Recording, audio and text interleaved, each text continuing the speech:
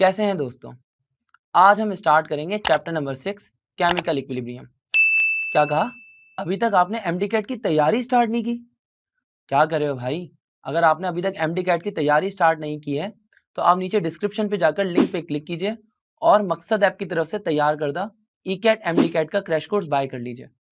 आपकी तैयारी पक्की हो जाएगी और आसान भी। आइए चैप्टर 6 स्टार्ट करते हैं। Chapter number 6 chemical equilibrium.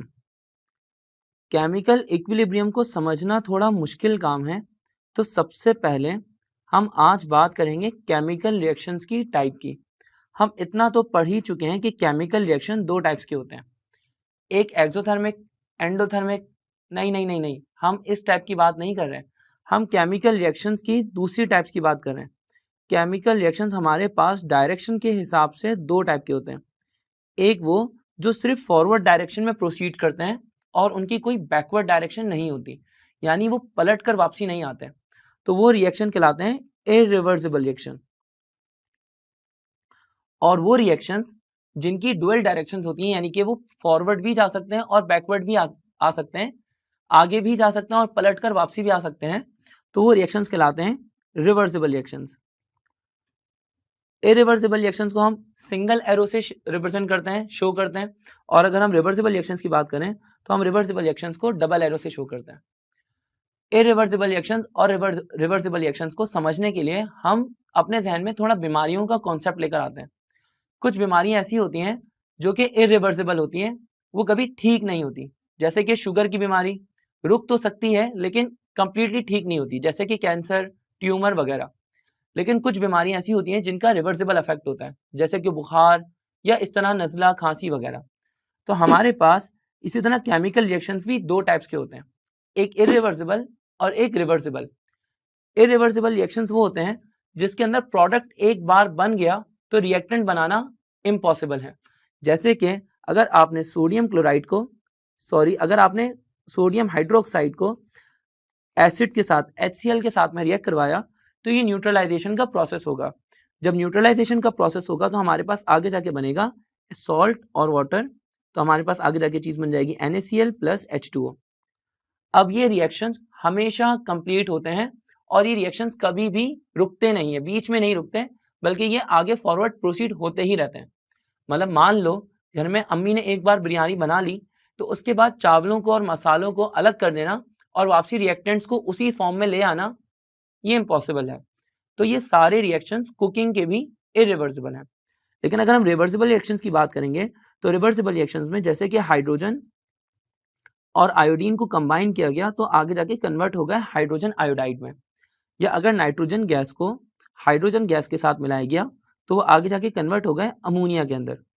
और इसी तरह से सल्फर डाइऑक्साइड को ऑक्सीजन गैस के साथ रिएक्ट करवाया तो वो कन्वर्ट हो गई सल्फर ट्राइऑक्साइड में। अब मैंने रिवर्सिबल रिएक्शंस में ये तीन एग्जांपल्स क्यों ली हैं, क्योंकि ये तीनों एग्जांपल्स हमारे इस पूरे चैप्टर के अंदर बार बार आएंगी। इरिवर्सिबल रिएक्शन को हम यहाँ पर रोक लेते हैं। इरिवर्सिबल रिएक्शंस को हम लोग फर्दर पढ़ेंगे चैप्टर नंबर 8 के अंदर, जिसका नाम है केमिकल काइनेटिक्स। तो तब तक के लिए हम सिर्फ रिवर्सिबल रिएक्शंस पे फोकस करते हैं। रिवर्सिबल रिएक्शंस में रिएक्टेंट्स या तो कन्वर्ट हो रहा है प्रोडक्ट्स में, अगर रिएक्टेंट्स प्रोडक्ट्स में कन्वर्ट हो रहा है तो ये रिएक्शन कहलाएगा फॉरवर्ड, और अगर प्रोडक्ट्स वापसी रिएक्टेंट में कन्वर्ट होने लगे तो ये रिएक्शन कहलाता है बैकवर्ड, या इसको रिवर्स रिएक्शन भी कहा जाता है। अगर रेट ऑफ फॉरवर्ड रिएक्शन यानी कि आगे जाने की रफ्तार, रिएक्शन की स्पीड आगे जाने की, अगर रेट ऑफ फॉरवर्ड रिएक्शन बराबर हो जाए रेट ऑफ बैकवर्ड रिएक्शन के, तो वहां पर रिएक्शन एक तरह से स्टॉप हो जाता है और ऐसी स्टेट को कहा जाता है केमिकल इक्विलिब्रियम। केमिकल इक्विलिब्रियम, तो आप केमिकल इक्विलिब्रियम को एक ऐसा रिएक्शन समझ सकते हैं कि जहां पर फॉरवर्ड रिएक्शन आगे जाने की स्पीड और पीछे आने की स्पीड एक तरीके से बराबर हो गई है। मतलब मान लें कि मेरे पास एक ये कैप है, इसको एक शख्स आगे से खींच रहा है और मैं पीछे से। अब ये कैप ना आगे मूव कर पा रहा है और ना पीछे, ये एक जगह पर रुक जाएगा। क्योंकि दोनों साइड से फोर्सेस कैंसिल आउट हो जाएंगी।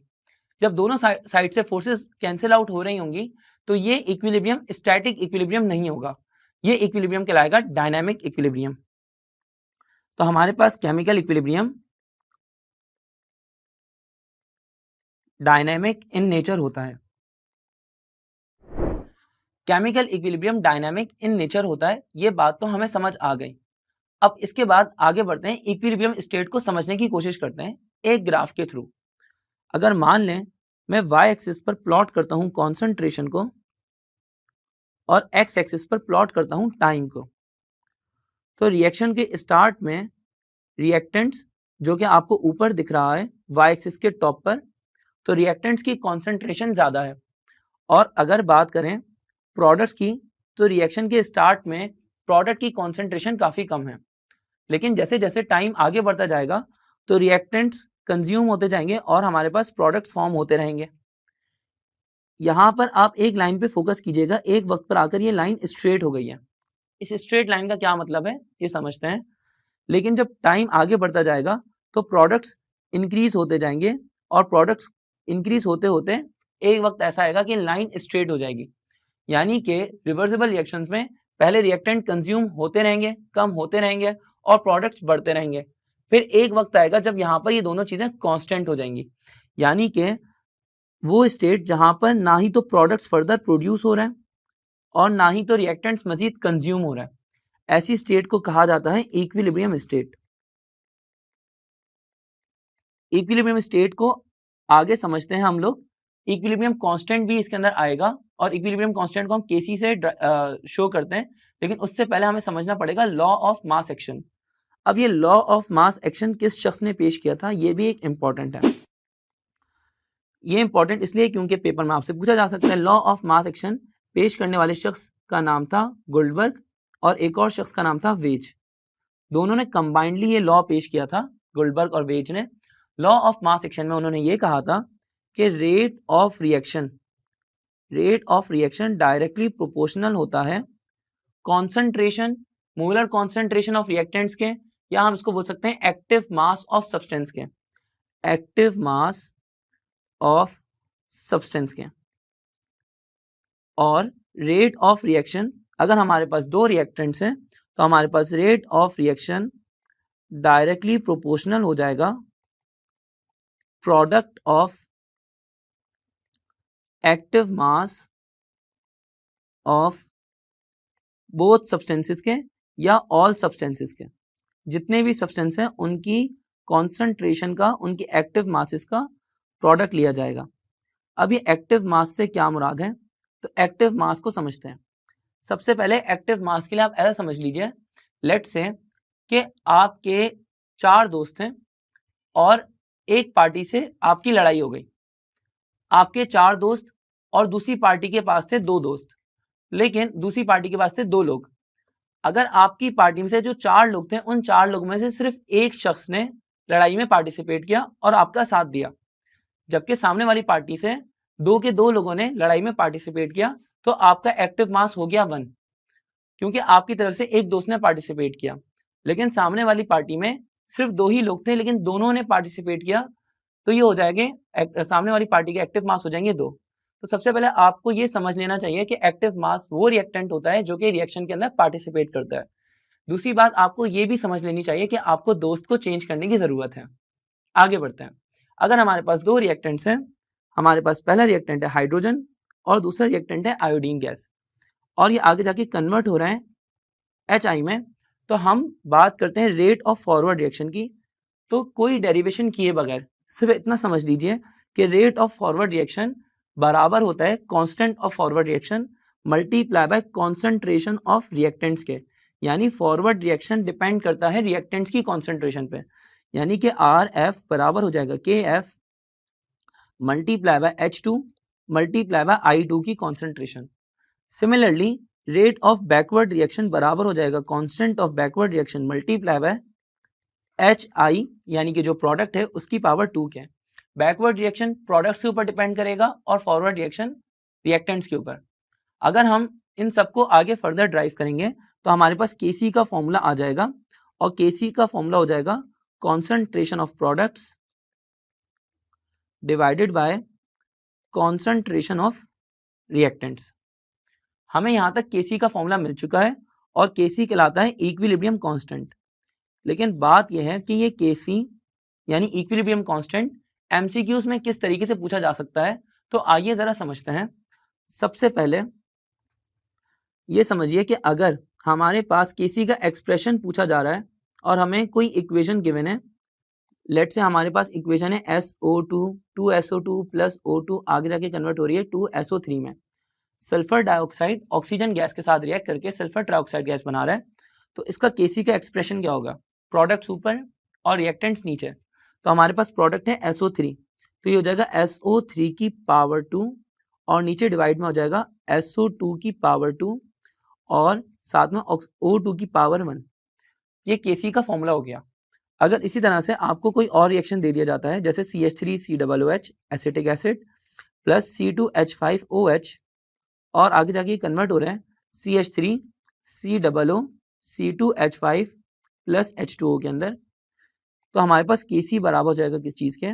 CH3COO C2H5 multiply by water, यानी कि प्रोडक्ट्स की कॉन्सेंट्रेशन को हमने ऊपर रख लिया डिवाइडेड बाय CH3COOH और C2H5OH। अगर आपको इनकी कॉन्सेंट्रेशन गिवन है तो आप इनकी कॉन्सेंट्रेशन को पुट कर न्यूमेरिकली सॉल्व करके केसी की वैल्यू भी निकाल सकते हैं, और साथ ही साथ आप इनको न्यूमेरिकली सॉल्व करके इनका यूनिट भी मालूम कर सकते हैं, यानी कि केसी का यूनिट आप मालूम कर सकते हैं। आगे बढ़ते हैं केसी के एप्लीकेशंस के ऊपर। ये बहुत इंपॉर्टेंट टॉपिक है जो कि आपसे एमसीक्यूज के अंदर पूछा जाता है, जैसे कि केसी की एप्लीकेशंस ऑफ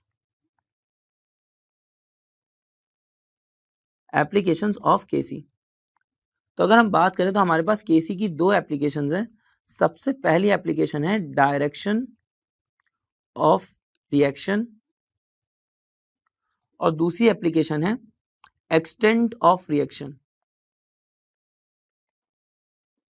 इसको आसान अल्फाज में समझाने के लिए मैं आपको ये बताता हूं कि हम कैसे डिटरमिन करेंगे कि कोई रिएक्शन फॉरवर्ड होगा या कोई रिएक्शन बैकवर्ड होगा या कोई रिएक्शन इक्विलिब्रियम में रहेगा। तो हमारे पास डायरेक्शन तीन हो सकती है, फॉरवर्ड, बैकवर्ड, और डायरेक्शन तो एक्चुअली दो ही होती हैं, फॉरवर्ड और बैकवर्ड, लेकिन तीसरी चीज हो सकती है कि रिएक्शन किसी भी डायरेक्शन में मूव ना करे बल्कि इक्विलिब्रियम में रहे। तो ऐसा कब होगा? देखें, अगर हमारे पास के आई और के सी, अब ये के आई क्या है? के आई से मुराद है कांस्टेंट ऑफ इनिशियल कॉन्सेंट्रेशन, या आप इसको बोल सकते हैं प्रोडक्ट्स और रिएक्टेंट्स का रेशियो इनिशियल कंडीशंस पे। प्रोडक्ट्स अपॉन रिएक्टेंट्स का रेशियो इनिशियल कंडीशंस पे। तो देखें, इनिशियल कंडीशंस पर क्या होगा, इसको मैं सही लिख देता हूं। हमें एक एनालॉजी समझनी पड़ेगी। फॉर एग्जाम्पल, अगर आपके पास पॉकेट मनी के लिए 5000 रुपीज होने चाहिए और अगर महीने की पहली तारीख को आपके पास 5000 रुपए नहीं है, तो आपको 5000 रुपए अचीव करने के लिए कोई जॉब करने पड़ेगी, कोई ट्यूशन पढ़ाने पड़ेगी या कोई काम करना पड़ेगा। कोई और काम भी कर सकते हैं आप। अगर आपने अपनी इक्विलिब्रियम वैल्यू को, जो कि 5000 रुपए है, और आपके पास महीने के शुरू में लेट से 1000 रुपए है, तो आपको इसको बढ़ाने के लिए फॉरवर्ड रिएक्शन की तरफ जाना पड़ेगा, आगे की तरफ जाना पड़ेगा, तो आपकी डायरेक्शन हो जाएगी फॉरवर्ड। लेकिन अगर लेट से आपके पास महीने की पहली तारीख को 10,000 रुपीज है, 10,000 रुपए, और आपकी इक्विलिब्रियम वैल्यू है 5000, तो इसका मतलब यह है कि आपको 5000 तक आने के लिए बैकवर्ड आना पड़ेगा, यानी कि जो एक्स्ट्रा 5000 रुपए हैं, आप इसकी कोई शॉपिंग कर सकते हैं, किसी दोस्त को ट्रीट दे सकते हैं या कुछ भी, तो आपको बैकवर्ड आना पड़ेगा, कोई फर्दर जॉब करने की जरूरत नहीं है। इस तरह से हम ये समझ सकते हैं कि कब रिएक्शन फॉरवर्ड जाएगा और कब रिएक्शन बैकवर्ड आएगा। अगर आपके पास एग्जैक्ट 5000 रुपए हैं और आपको 5000 रुपए की ही रिक्वायरमेंट है, तो इसका मतलब आपको कोई पैसा फालतू का खर्च नहीं करना और आपको कोई पैसे कमाने की जरूरत भी नहीं है। आपका मंथली जो एक्सपेंडिचर है वो निकल जाएगा, तो आप इक्विलिब्रियम में रहेंगे। इसी तरह से अगर कोई रिएक्शन, उसकी इनिशियल वैल्यू ज्यादा है और केसी की वैल्यू कम है, इनिशियल वैल्यू ज्यादा होने का मतलब यह है कि उसको केसी को अचीव करने के लिए बैकवर्ड आना पड़ेगा। अगर किसी की इनिशियल वैल्यू कम है तो उसको केसी की वैल्यू तक जाने के लिए फॉरवर्ड जाना पड़ेगा। अगर इनिशियल वैल्यू और केसी की वैल्यू दोनों बराबर हैं तो रिएक्शन इक्विलिब्रियम में ही रहेगा। यानी कि अगर मैं बात करूं, फॉरवर्ड रिएक्शन उस वक्त होगा जब इनिशियल वैल्यू कम हो और केसी की वैल्यू ज़्यादा हो। बैकवर्ड रिएक्शन उस वक्त होगा जब इनिशियल वैल्यू ज़्यादा हो और केसी की वैल्यू कम हो। इक्विलिब्रियम में उस वक्त रहेगा जब इनिशियल वैल्यू और केसी की वैल्यू बराबर हो। अब extent of reaction, extent of reaction में हमें यह पता लगता है कि अगर कोई रिएक्शन फॉरवर्ड जा रहा है तो उसकी स्पीड क्या है, यानी कि वो बहुत तेजी से जा रहा है या बहुत स्लोली। अगर कोई रिएक्शन बैकवर्ड आ रहा है तो इसलिए तो हमें ये देखना पड़ेगा कि बैकवर्ड रिएक्शन आते हुए वो कितना स्लोली आ रहा है या कितना फास्टली आ रहा है। ये हमें पता लगता है एक्सटेंट ऑफ रिएक्शन से। साथ साथ हमें ये पता लगता है कि रिएक्टेंट्स कितने स्टेबल हैं और कितने रिएक्टेंट्स अनस्टेबल हैं। ये सब हमें पता लगता है extent of reaction. Extent of reaction हमें पता लग जाती है केसी की वैल्यू से। लेकिन ये पता कैसे लगेगी, तो आइए जरा जानते हैं। बहुत आसान है। अगर हमें एक्सटेंट ऑफ रिएक्शन जानना है केसी की वैल्यू से, तो अगर केसी की वैल्यू बहुत ज़्यादा होगी दैट मीन्स के फॉरवर्ड रिएक्शन बहुत फास्ट होगा। केसी की वैल्यू ज़्यादा होने का मतलब यह है कि फॉरवर्ड रिएक्शन यहाँ पर बहुत तेज़ हो रहा है। अब फॉरवर्ड रिएक्शन तेज़ हो रहा है, अगर बैकवर्ड रिएक्शन कराना पड़ा तो बैकवर्ड रिएक्शन यहाँ पर बहुत स्लो हो जाएगा। बैकवर्ड रिएक्शन यहाँ पर काफ़ी स्लो हो जाएगा। लेकिन ऐसा क्यों? इसका मतलब यह है कि रिएक्टेंट्स शुरू में काफ़ी अनस्टेबल थे। हर चीज़ अनस्टेबिलिटी से स्टेबिलिटी की तरफ आने की कोशिश करेगी। यानी कि अगर रिएक्टेंट्स अनस्टेबल थे तो वो प्रोडक्ट में आने के लिए अपने आप को स्टेबल करने के लिए फॉरवर्ड जाएंगे और उनकी फॉरवर्ड जाने की स्पीड भी काफ़ी ज़्यादा होगी। तो मुझे ये पता लग गया कि यहाँ पर रिएक्टेंट्स अनस्टेबल हैं और प्रोडक्ट्स यहाँ पर स्टेबल हैं। अगर मैं बात करूँ केसी की वैल्यू की, अगर केसी बहुत कम है, अगर केसी बहुत कम है तो इसका मतलब कि फॉरवर्ड रिएक्शन बहुत स्लो होगा और बैकवर्ड रिएक्शन बहुत फास्ट होगा। फॉरवर्ड रिएक्शन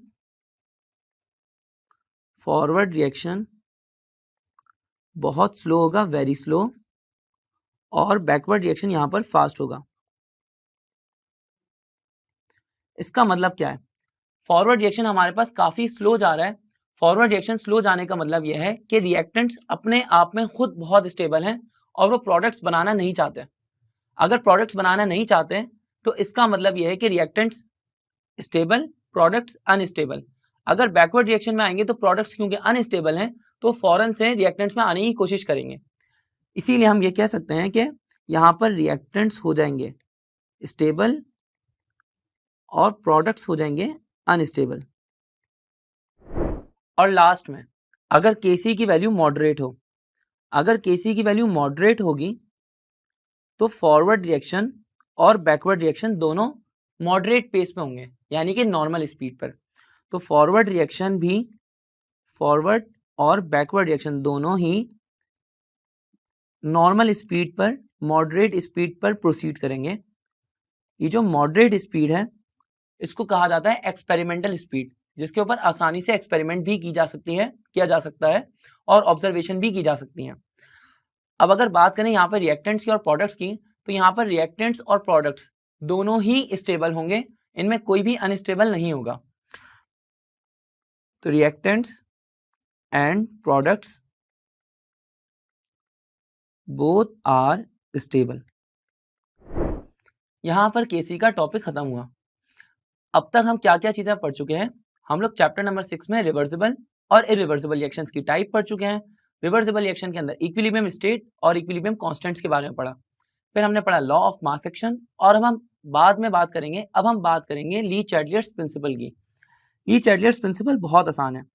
ली चैडलर्स प्रिंसिपल का कहना यह है कि अगर आप एक केमिकल इक्विलिब्रियम पर स्ट्रेस अप्लाई करेंगे तो वो केमिकल इक्विलिब्रियम उस डायरेक्शन में शिफ्ट हो जाएगा जहां पर वो दोबारा से केमिकल इक्विलिब्रियम को अचीव कर सके।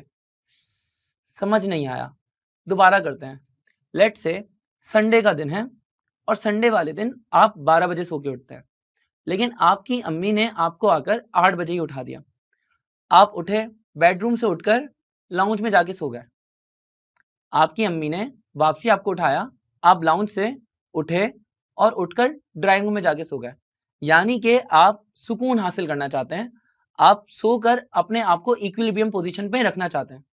सिमिलरली आप बार बार उस डायरेक्शन में जा रहे हैं, उस रूम में जा रहे हैं जहां पर आप इक्विलिब्रियम को अचीव कर सकें।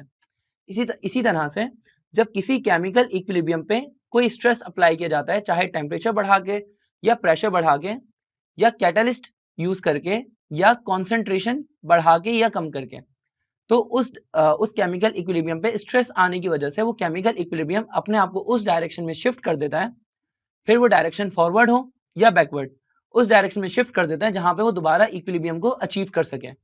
This is called Le Chatelier's principle. Okay, when the stress is applied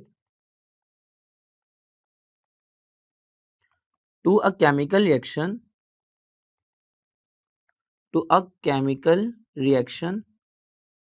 already, वो केमिकल रिएक्शन जो कि ऑलरेडी कहां पर था, इक्विलिब्रियम में, already in chemical equilibrium, it will change, या आप इसको बोल सकते हैं it will goes into that direction where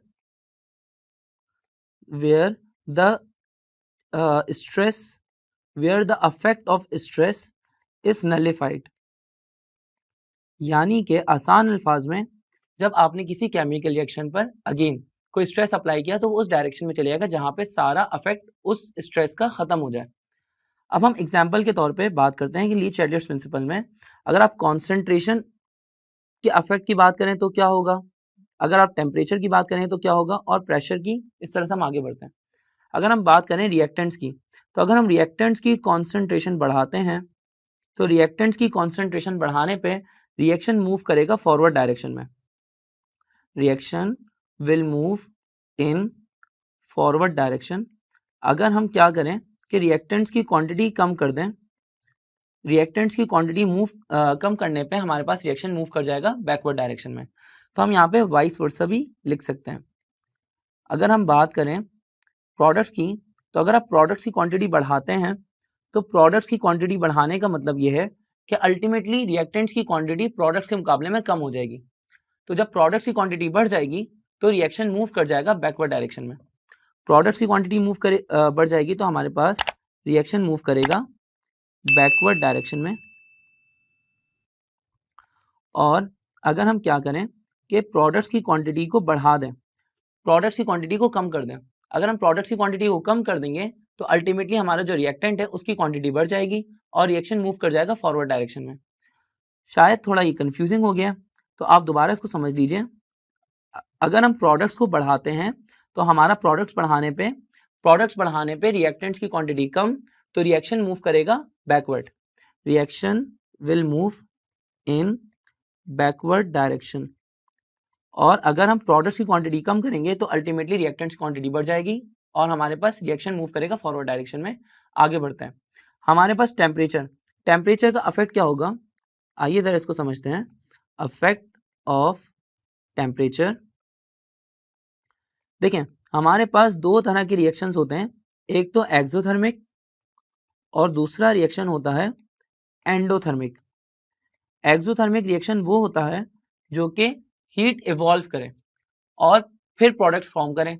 अगर एंडोथर्मिक रिएक्शंस की बात करें तो एंडोथर्मिक रिएक्शंस वो होता है जो कि पहले हीट एब्जॉर्ब करता है और हीट एब्जॉर्ब करने के बाद प्रोडक्ट्स फॉर्म करता है। आपने चैप्टर 5 के अंदर डिटेल में एक्सोथर्मिक रिएक्शन और एंडोथर्मिक रिएक्शंस पढ़ लिए होंगे। अगर आपने अभी तक चैप्टर 5 नहीं पढ़ा है तो आप एक्सोथर्मिक रिएक्शन और एंडोथर्मिक रिएक्शन को जानने के लिए ऊपर बटन पर क्लिक कर लीजिए और पहले ये वीडियो देख लीजिए। एक्सोथर्मिक रिएक्शंस में हमने ये पढ़ा था कि एक्सोथर्मिक रिएक्शंस में हीट कंटेंट ज्यादा होता है रिएक्टेंट्स का, हीट कंटेंट रिएक्टेंट्स का ज्यादा होता है और प्रोडक्ट्स का हीट कंटेंट कम होता है, heat content of product is lesser. अब इसका क्या मतलब है, इसका अफेक्ट किस तरह से होगा, इसको समझते हैं, बहुत आसान है। देखिए इस ग्राफ को देखें, अगर हमारे पास रिएक्टेंट का हीट कंटेंट ज़्यादा और हमारे पास प्रोडक्ट का हीट कंटेंट कम, अगर आप एक्सोथर्मिक रिएक्शंस में लो टेम्परेचर कर देंगे तो टेम्परेचर लो करने की वजह से आसानी से हीट लॉस हो जाएगी, और टेम्परेचर लो करने की वजह से आसानी से हीट लॉस हो जाएगी और रिएक्टेंट्स आसानी से कन्वर्ट हो जाएंगे किस चीज़ में, प्रोडक्ट्स में। लेकिन अगर आपने टेम्परेचर बढ़ा दिया तो टेम्परेचर के बढ़ाने से क्या होगा कि जो प्रोडक्ट्स हैं ये प्रोडक्ट्स हीट को गेन करना शुरू कर देंगे। प्रोडक्ट्स क्या करेंगे, प्रोडक्ट्स हीट को गेन करना शुरू कर देंगे, जिसकी वजह से प्रोडक्ट वापसी डिकम्पोज होंगे और ये प्रोडक्ट वापसी टूट कर रिएक्टेंट्स बनाना शुरू कर देंगे। यानी कि ये प्रोडक्ट्स हीट कंटेंट जब उनका ज़्यादा हो जाएगा तो ये वापसी कन्वर्ट हो जाएंगे रिएक्टेंट्स में, तो ये रिएक्शन हो जाएगा बैकवर्ड। तो हमें एक बात समझ आ गई, बहुत आसान सी बात है कि एक्सोथर्मिक रिएक्शंस में अगर लो टेम्परेचर होगा तो लो टेम्परेचर पे फॉरवर्ड रिएक्शन होगा, और अगर एंडोथर्मिक रिएक्शन होगा तो एंडोथर्मिक रिएक्शन में, सॉरी अगर मैं एंडोथर्मिक रिएक्शन पे अभी नहीं आया, एक्सोथर्मिक रिएक्शन में अगर लो टेम्परेचर होगा तो फॉरवर्ड रिएक्शन होगा, और अगर हाई टेम्परेचर होगा तो बैकवर्ड रिएक्शन होगा। आप बिल्कुल इसका ऑपोजिट कर लीजिए एंडोथर्मिक रिएक्शंस के लिए। एंडोथर्मिक रिएक्शंस में रिएक्टेंट्स का हीट कंटेंट कम होता है और प्रोडक्ट्स का हीट कंटेंट ज़्यादा होता है। अगर हमारे पास हीट को आप बढ़ाते जाएंगे, यानी बाहर का टेम्परेचर, सराउंडिंग का टेम्परेचर आप बढ़ाते जाएंगे, तो सराउंडिंग का टेम्परेचर बढ़ने की वजह से रिएक्टेंट्स मजीद हीट को एब्जॉर्ब करेंगे, और जब ये हीट को एब्जॉर्ब करेंगे तो ये कन्वर्ट हो जाएंगे किस चीज़ में, ये जब हीट को एब्जॉर्ब करेंगे तो ये कन्वर्ट हो जाएंगे किस चीज़ में, प्रोडक्ट्स में। अगर आपने बाहर का टेम्परेचर यानी सराउंडिंग का टेम्परेचर, सिस्टम की सराउंडिंग का टेम्परेचर आपने कम कर दिया तो लो टेम्परेचर की वजह से प्रोडक्ट्स हीट को रिलीज करना शुरू कर देंगे, क्योंकि टेम्परेचर का या एनर्जी का डिफरेंस आ जाएगा। जब एनर्जी का डिफरेंस आ जाएगा और प्रोडक्ट्स हीट लॉस करना शुरू कर देंगे तो प्रोडक्ट्स वापसी कन्वर्ट होने लगेंगे रिएक्टेंट्स के अंदर। जब प्रोडक्ट्स वापसी रिएक्टेंट्स में कन्वर्ट होने लगेंगे तो ये रिएक्शन हो जाएगा बैकवर्ड। यानी कि आप आसान अल्फाज में इसको ऐसे समझ लीजिए कि एंडोथर्मिक रिएक्शंस में हाई टेम्परेचर होगा तो फॉरवर्ड रिएक्शन, और अगर लो टेम्परेचर होगा तो लो टेम्परेचर पे बैकवर्ड रिएक्शन होगा। एक्सोथर्मिक रिएक्शन और एंडोथर्मिक रिएक्शन एक दूसरे के बिल्कुल ऑपोजिट चलेंगे। अब आखिरी अफेक्ट है हमारा affect of pressure, sorry second last affect. Affect of pressure में क्या होगा, अफेक्ट ऑफ प्रेशर में देखें हमारे पास प्रेशर का अफेक्ट कैसे नापा जाता है, तीन इक्वेशन से बहुत आसानी से आप समझ सकते हैं।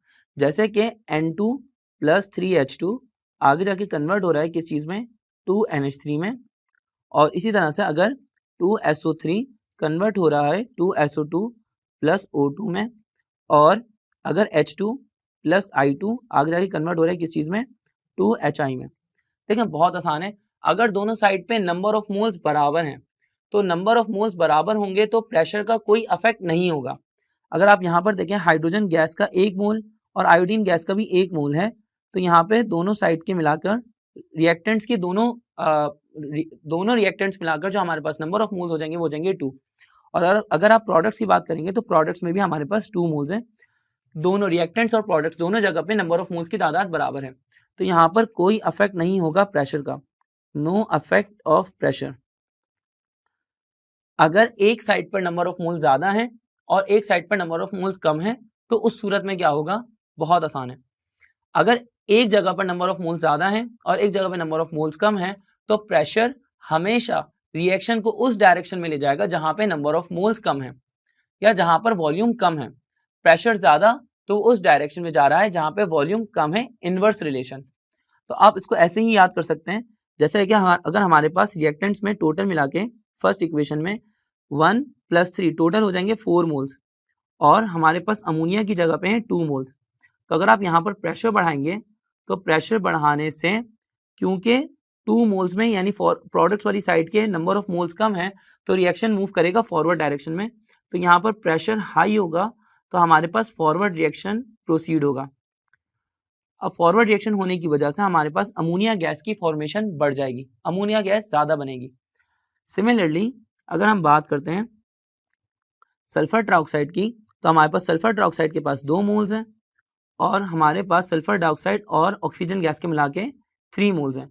जब हम यहाँ पर प्रेशर बढ़ाएंगे तो प्रेशर बढ़ाने से रिएक्शन मूव करेगा बैकवर्ड डायरेक्शन में, यानी कि सेकंड इक्वेशन में हाई प्रेशर होगा, तो हाई प्रेशर होने की वजह से रिएक्शन मूव करेगा बैकवर्ड डायरेक्शन में। आई होप कि आपको ये तीनों इक्वेशंस में इफेक्ट ऑफ प्रेशर समझ आया होगा। दोबारा समझ लीजिए, रिएक्टेंट्स के नंबर ऑफ मोल ज्यादा और प्रोडक्ट्स के नंबर ऑफ मोल्स कम, तो हाई प्रेशर की वजह से रिएक्शन मूव करेगा फॉरवर्ड डायरेक्शन में।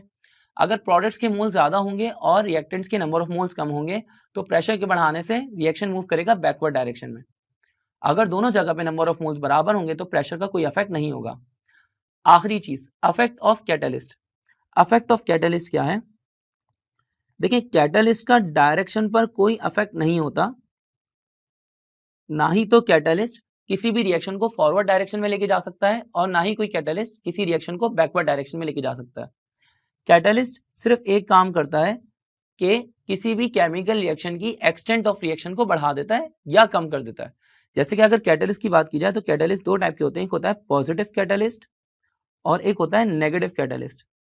जो पॉजिटिव कैटलिस्ट होता है हम इसको कहते हैं प्रोमोटर, और जो नेगेटिव कैटलिस्ट होता है हम इसको कहते हैं इनहिबिटर।